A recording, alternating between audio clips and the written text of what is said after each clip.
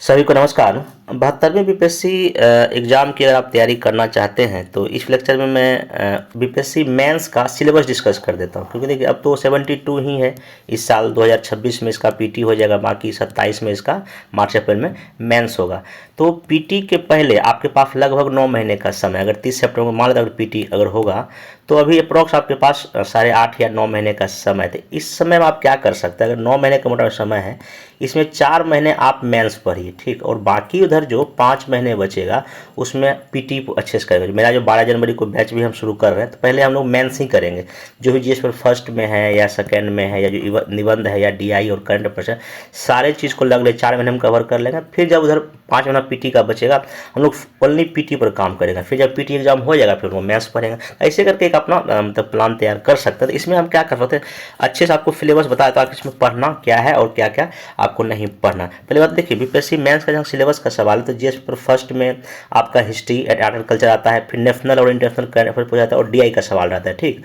उसके बाद आपका जीएस पेपर 2 में आपका Indian polity, economy, geography, science tech रहता है। फिर एशिया में आपका देखिए एशिया 3 सेक्शन रहता है, एक पेपर में आपको 4 को फंड रहता है, ठीक है। ये हो गया आपका मोटा मोटी syllabus GS paper first, second और आपका एशिया पेपर का। हम आते हैं बहुत अच्छे से डीपली देखते हैं कि कहाँ से क्या क्या टॉपिक रहता है। अगर हम इतिहास की बात करते हैं, देखिए ट्राइबल्स मूवमेंट से क्वेश्चन पूछता है, तो संथाल, बिरसा मुंडा, इसके क्या कारण था, इसका क्या प्रकृति था, क्या परिणाम था, क्या प्रभाव था। तो संथाल और मुंडा विद्रोह से काफ़ी ज़्यादा क्वेश्चन पूछा, हालांकि कई बार क्वेश्चन पूरा का पूरा जनजातीय जो विद्रोह भारत में हुआ है उसको भी जोड़ के पूछे। इसका मतलब कि 18, 19 और 20 सेंचुरी के जो भी ट्राइबल्स मूवमेंट है आपको उसको भी ध्यान में रखना चाहिए। फिर अगर किसान मूवमेंट की हम बात करते हैं, चंपारण सत्याग्रह है, उसका क्या कारण था, क्या परिणाम रहा, बिहार में किसान आंदोलन, स्वामी विवेकानंद क्या भूमिका था, और 19वीं और 20वीं सदी में जो भी प्रमुख किसान विद्रोह हुआ उसका आपको प्रकृति करना पड़ेगा। ये हो गया। फिर अगर हम स्वतंत्रता संघर्ष की बात करते हैं, 1857 की क्रांति का क्या कारण है, क्या परिणाम है, प्रकृति क्या प्रभाव, क्या वीर कुंवर सिंह की क्या भूमिका है बिहार में इस क्रांति में। फिर भारत में राष्ट्रवाद का उदय कैसे हुआ, उसमें क्या कारक रहा, गरम दल, नरम दल, 1885 से लेकर 1915 के बीच के जो प्रमुख राष्ट्रवाद उसका क्या नेचर है, यहाँ से ऑलरेडी क्वेश्चन आ चुका है। देखिए मैं जितना डिस्कस कर रहा हूँ, अगर आप इतने टॉपिक को अगर सही ढंग से पढ़ लेंगे ना, एक प्लान के तहत, चूंकि जो 12 जनवरी को मैं बैच शुरू कर रहा हूँ उसमें आपको डे बाय डे में प्लान दिया, टेलीग्राम में उस प्लान को मैं शेयर किया, आप जाके देख सकते हैं। अगर जो टॉपिक यहाँ मैं डिस्कस कर रहा हूँ, अगर इसको आप उस प्लान के तहत अगर फॉलो कर ले तो आपका आराम से 4 महीने में पूरा का पूरा मेंस का सिलेबस कवर हो जाएगा, ठीक है। चलिए, और फिर गांधी जी में देखिए क्या क्या पूछा जाता है, 1915 से लेकर 1950 तक स्वतंत्रता संग्राम का जो विशेषता है, ठीक ना।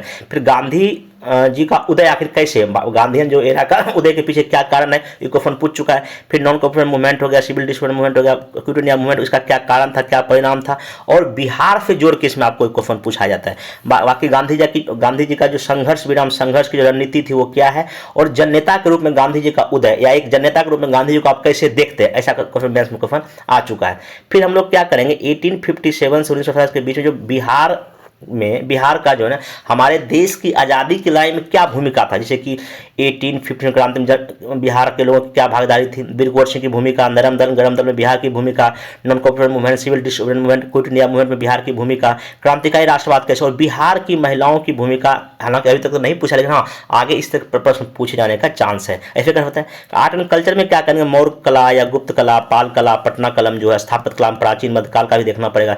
जैन और बौद्ध धर्म के बारे में थोड़ा सा पढ़ लीजिए, क्योंकि एक बार क्वेश्चन शिक्षा से जोड़ के बौद्ध धर्म का पूछ दिया, अध्यात्म जोड़ के बौद्ध धर्म को पूछ दिया। प्राचीन काल में जो बिहार में जो शिक्षा था, विज्ञान था, अध्यात्म था, नालंदा विश्वविद्यालय को जोड़ के पूछ सकता है, विक्रमशिला को जोड़ के पूछा जा सकता है, मधुबनी पेंटिंग है, मंजूषा पेंटिंग है, और मंदिर का विकास भारत में किस प्रकार से हुआ। अगर ये आर्ट एंड कल्चर में अगर इतने डायमेंशन को आप कवर कर लेंगे तो आपका इसमें आराम से हो जाएगा। अब नेक्स्ट जो इसमें हिस्ट्री टॉपिक है, वेस्टर्न जो एजुकेशन, हर एक बार क्वेश्चन पूछता है कि भारत में आधुनिक शिक्षा का विकास कैसे हो, उसका प्रभाव क्या पड़ा, और प्रेस का विकास और इसका क्या। हालांकि प्रेस का विकास पर एक बार क्वेश्चन बीपीएससी पूछा है, तो आपको शिक्षा प्रेस एक साथ कर लेना है। फिर अगर प्रमुख व्यक्तित्व उनके विचार की अगर हम बात करते हैं तो महात्मा गांधी का, जवाहरलाल नेहरू का, रविन्द्रनाथ टैगोर का, राजेंद्र प्रसाद, जयप्रकाश नारायण, राममनोहर लोहिया, बी.आर. अम्बेडकर, कर्पूरी ठाकुर, इन सब का आपको जो विचार है उनका क्या प्रभाव अभी वर्तमान में है, उनका क्या रिलेवेंस है, इनके प्रभाव को आपको अच्छे से करना पड़ेगा। और कुछ अगर विविध की अगर बात करते हैं, बिहार में दलित आंदोलन एक बार पूछा है शॉर्ट नोट में, मजदूर वर्ग राष्ट्रीय आंदोलन एक बार पूछा है, फिर व्यक्तिगत सत्याग्रह और बिहार में कैसे हुआ ये पूछ चुका है, आधुनिक बिहार का उदय किस प्रकार हुआ एक बार क्वेश्चन इसमें आ चुका है, बंगाल बिहार से क्वेश्चन पूछ चुका है। और आपका ब्रिटिश भारत के दौरान प्रमुख जो अधिनियम है 1858 से लेके 1947 तक का जो अधिनियम है, वो सारे अधिनियम का प्रमुख विशेषता था। एक साल पूछता ही पूछता है। ये आपका हिस्ट्री का इतना सिलेबस है, अगर इतना कर लेंगे तो कहीं कोई दिक्कत है। और जो मेरा जो बैच 12 जनवरी शुरू कर रहे हैं, इसमें इन सारे टॉपिक को हम लोग अच्छे से क्या करेंगे, कवर करेंगे। अब नेक्स्ट चलते हैं, जो बिहार की जो अर्थव्यवस्था की हम बात करते हैं, तो या भारत की अर्थव्यवस्था, राज्य व्यवस्था, पॉलिटी की हम बात करेंगे। देखिए पहले हम क्या करेंगे, पॉलिटी में जो बेसिक जो कुछ डिफिनेशन, जैसे कि मान लें संविधान क्या है, संविधानवाद क्या है। 63 बीपीएससी मेंस में संविधानवाद क्या है ये क्वेश्चन आ चुका है। स्टेट क्या होता है, नेशन क्या होता है, फेडरलिज्म क्या होता है, कोऑपरेटिव फेडरलिज्म क्या होता है, जस्टिस क्या होता है, बेसिक हिस्ट्री क्या होता है, सेपरेशन ऑफ पावर क्या होता है, जुडिशियल एक्टिविज्म क्या होता है, समाजवाद क्या होता है, पंथनिरपेक्ष क्या होता है, राष्ट्रवाद क्या होता है, क्षेत्रवाद। ये सब कुछ बेसिक टर्मिनोलॉजी ऑफ पॉलिटी, अगर आप इसका बेसिक समझ रखेंगे ना तो क्वेश्चन बनाना आपको बहुत ईजी होगा। बाकी प्रस्तावना संविधान का जो है विशेषता, उसका क्या प्रकृति है, उसमें क्या दर्शन है, उसका क्या इंपॉर्टेंस, और प्रस्तावना का जो शब्द है उससे संबंधित जो भी संविधान में पढ़ा, जैसे कि अगर समाजवाद अगर शब्द है उसका संविधान में किस आर्टिकल में जिक्र है, ऐसे करके आपको पूछा जाएगा और क्वेश्चन पूछ भी चुका है, ठीक ना। फिर फंडामेंटल राइट की अगर हम बात करते हैं, इसके क्या प्रकार है, इसका क्या इंपॉर्टेंस है, प्रमुख अनुच्छेद 14, 15, 16, 19, 21, 25 और 32, ये सब प्रमुख जो अनुच्छेद फंडामेंटल राइट का, इसको अगर आपको अच्छे से कर लेंगे तो हो जाएगा, ठीक ना। अब यहाँ लेटेस्ट जो सुप्रीम कोर्ट का जजमेंट आया उसको आप इसमें कर सकते हैं। नेक्स्ट चलते हैं डीपीएसपी में, जैसे कि इसका मेनली आपका नेचर पूछता है, इसकी विशेषता पूछता है, इसका क्या महत्व है, और बिहार और भारत में इसका किस तरह से इंप्लीमेंटेशन हुआ है डीपीएसपी का, वो आपको कुछ योजना और कानून के जरिए इसको दिखाना पड़ेगा। अब आते हैं कार्यपालिका। देखिए कार्यपालिका का टॉपिक हम देखते हैं, इसमें राष्ट्रपति के बारे में बहुत अच्छे, क्या इसका कैसे इनका चुनाव होता है, इनको क्या पावर है, क्या शक्ति है, क्या संवैधानिक शक्तियां इनको है, ठीक ना। राज्यपाल का भी सेम टू सेम वही है। राज्यपाल को लेकर बीपीएससी कई बार क्वेश्चन पूछ चुका है। अभी हाल में जो आर्टिकल 200 लेकर जो विवाद है 200 को, इसी को जोड़ के क्वेश्चन पूछा जाएगा आपको। राष्ट्रपति वर्सेस राज्यपाल में क्या शक्ति और पावर में क्या डिफरेंस है, प्रधानमंत्री और मुख्यमंत्री में क्या संबंध है, प्रधानमंत्री राष्ट्रपति में क्या संबंध है, क्वेश्चन पूछ चुका है यहाँ पे। मुख्यमंत्री राज्यपाल का जो संबंध है, और मंत्री परिषद के बाद, ये आपका एग्जीक्यूटिव का हो गया टॉपिक, अगर इतना कर ले तो आपका हो जाएगा। फिर आते हैं विधायिका में।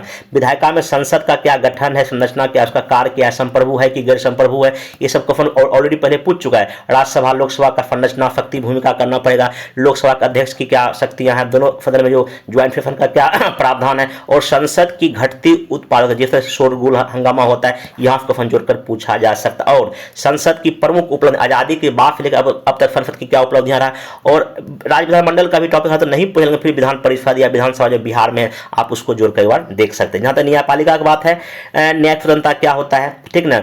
हाई कोर्ट या सुप्रीम कोर्ट को क्या शक्तियां हैं, क्या अधिकार है, न्यायाधीशों की नियुक्ति, कोलेजियम प्रणाली क्या है, क्वेश्चन आपका शॉर्ट नोट में आ चुका है। न्यायिक समीक्षा हो गया, न्यायिक शीघ्रता हो गया, पीआईएल हो गया, प्रमुख न्यायिक निर्णय जो कि आपके मेंस एग्जाम में जिसका यूज करेंगे वो आपको पता होना चाहिए, ठीक है। उसके बाद भारत की न्यायपालिका का 75 वर्ष की यात्रा में क्या क्या चीजें हुआ है, क्या पॉजिटिव हुआ, क्या नेगेटिव, ये करना पड़ेगा। फिर न्यायालय के समक्ष क्या क्या चुनौतियां हैं, और न्यायपालिका और संसद कैसे आपस में टकराव है, और न्यायाधीश और राजनीति में उनका आना, न्यायाधीशों का राजनीति में आना, ये क्या उचित है, क्या गलत है, तो ये क्वेश्चन बार बीपीएससी मेंस में आ चुका है। तो ये सब टॉपिक अब आते हैं केंद्र राज्य संबंध में। संवैधानिक जो प्रावधान है केंद्र राज्य संबंधों का, आर्टिकल 1 हो गया, या जो और भी आगे जो प्रावधान वो देख लीजिएगा। प्रमुख विवाद क्या, केंद्र और राज्य में प्रमुख, जैसे अभी ईडी का मामला है पश्चिम बंगाल के साथ, तो प्रमुख जो विवाद है केंद्र और राज्यों के बीच आपको ये देखना पड़ेगा। संघवाद की प्रकृति क्या है हमारे देश का, फिर भारतीय संघवाद की विशेषता क्या है, शक्ति का बंटवारा कैसे, राष्ट्रपति शासन और राज्यपाल की भूमिका, ये क्वेश्चन पूछ चुका है। राष्ट्रपति शासन और राज्यपाल की इसमें क्या भूमिका है, स्वायत्ता की मांग, जैसे कि लद्दाख में मूवमेंट हुआ और भी कई राज्यों में होता है, आखिर वो क्या है। फिर इसमें हम चाहते हैं सहकारी संघवाद क्या है, प्रतियोगी संघवाद और नीति आयोग क्या इसमें रोल प्ले कर रहा है, और विशेष राज्य का दर्जा उसका क्या समस्या है, और क्षेत्रीय और राज्य जो विषमता हमारे राज्यों में, कुछ राज्य अमीर है कुछ राज्य गरीब है। एक बार क्वेश्चन 64 या 65 में ऐसा करके बीपीएससी मेंस एग्जाम में आ चुका है।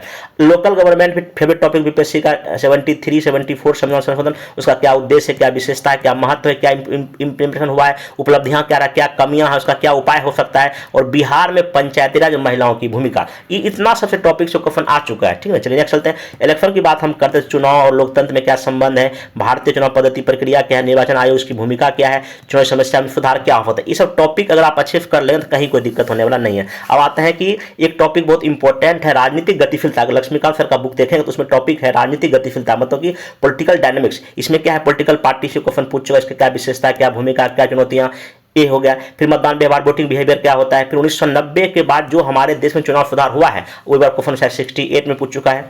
दबाव समूह क्या होता है, राजनीतिक अपराध क्या होता है, फिर राजनीति में जाति धर्म भाषा क्षेत्र की भूमिका क्वेश्चन पूछ चुका है। यहाँ से दल परिवर्तन कानून गठबंधन की राजनीति से क्वेश्चन आ चुका है। एनडीए क्या है, यूपीए क्या है, इंडिया गठबंधन क्या, यहाँ से क्वेश्चन अभी लास्ट में पूछा भी है। भारतीय लोकतंत्र के 75 वर्ष में क्या हमने सीखा, क्या हमने अचीव किया, ये पूछा सकता है।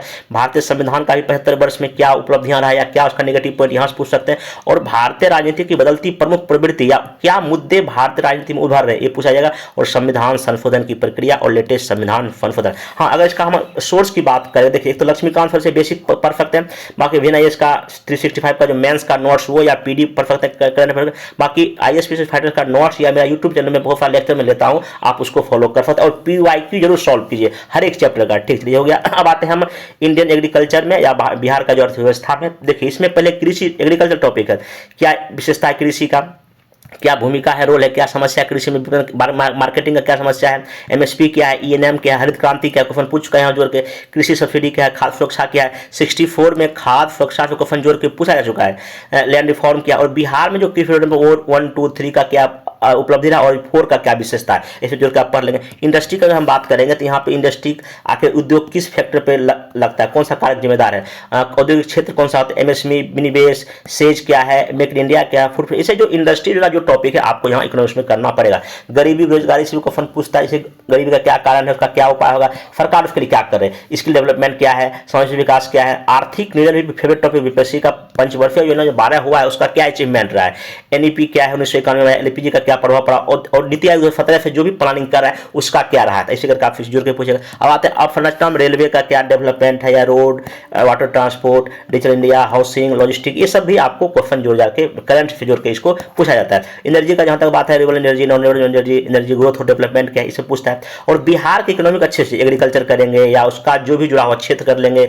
इंडस्ट्री हो गया, इन्वेस्टमेंट हो गया, MSME हो गया, इंफ्रास्ट्रक्चर हो गया, एनर्जी, कम्युनिकेशन, पॉवर्टी, अनएम्प्लॉयमेंट, मतलब कि बिहार से जोड़ के इकोनॉमी है, खास इकोनॉमिक सर्वे, वो अगर उसको हम कर लेंगे तो इससे टॉपिक आपका हो जाएगा। अब हम बात हैं बिहार और भारत के भूगोल की, अगर हम बात करें तो देखिए सबसे पहले हमको क्या करना पड़ेगा भूगोल में, योजना स्ट्रक्चर कर लेंगे, फिजिकल रीजन हिमालय है कहाँ, उत्तर नॉर्थ मैदान का, मतलब उत्तरी मैदान का, ये पूरा कर लेंगे। फिर आपको तंत्र हिमालय की नदियाँ और पठार की नदियों में अंतर क्या है, क्या नदियों का क्या भूमिका हमारे देश की इकोनॉमी में है, क्लाइमेट अच्छे से, मानसून कैसे आता है, मानसून की क्या क्रियाविधि है, ये BPSC का फेवरेट टॉपिक बन चुका है। मिट्टी के बारे में पूछ चुका है 670 BPSC में। फिर संसाधन पर जितना भी संसाधन है, जो भी रिसोर्स है उसको कर लेंगे। जनसंख्या माइग्रेशन क्यों होता है, जनसंख्या का वितरण हमारे देश में किस प्रकार है, ये क्वेश्चन पूछ चुका पहले भी। कृषि और खनिज उद्योग कर लेंगे, जलवायु परिवर्तन कर लेंगे, SC ST क्वेश्चन पूछा यहाँ कर लेंगे। ब्लू इकोनॉमी से भी क्वेश्चन करंट अफेयर के पूछता है। नगरीकरण पढ़ लेंगे, शहरीकरण का क्या स्थिति हमारे देश में या राज्य में है, खनिज उसका क्या प्रभाव पड़ा है, पर्यावरण और विकास कर लेंगे, ओरिजिनल डेवलपमेंट भी क्वेश्चन पूछता है, और आपदा और प्रबंधन। ऐसे करके हम बिहार और भारत के भूगोल को कर लेंगे। अब देखिए इसमें क्या क्या सोर्स यूज करेंगे, देखिए एक तो इकोनॉमिक्स के लिए इकोनॉमिक सर्वे हम लोग को पढ़ेंगे, ठीक है, हो गया।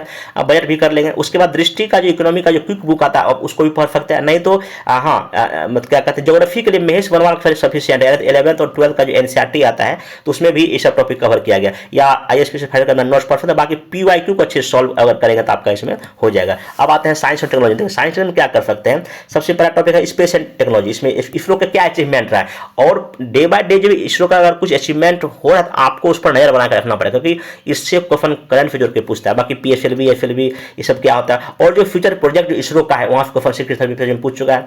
फिर विभिन्न क्षेत्रों में स्पेस टेक्नोलॉजी का क्या रोल है, क्या भूमिका है, कृषि में, आपदा में, इंडस्ट्री में, तो ये एप्लीकेशन बेस्ड साइंस टेक आपसे पूछा जाता है, ठीक है। फिर बायोटेक और नैनोटेक, इसमें एप्लीकेशन बेस्ड क्वेश्चन जाता है। एनर्जी से परमाणु ऊर्जा क्या है, सौर ऊर्जा, पवन ऊर्जा क्वेश्चन पूछता है जोड़ के।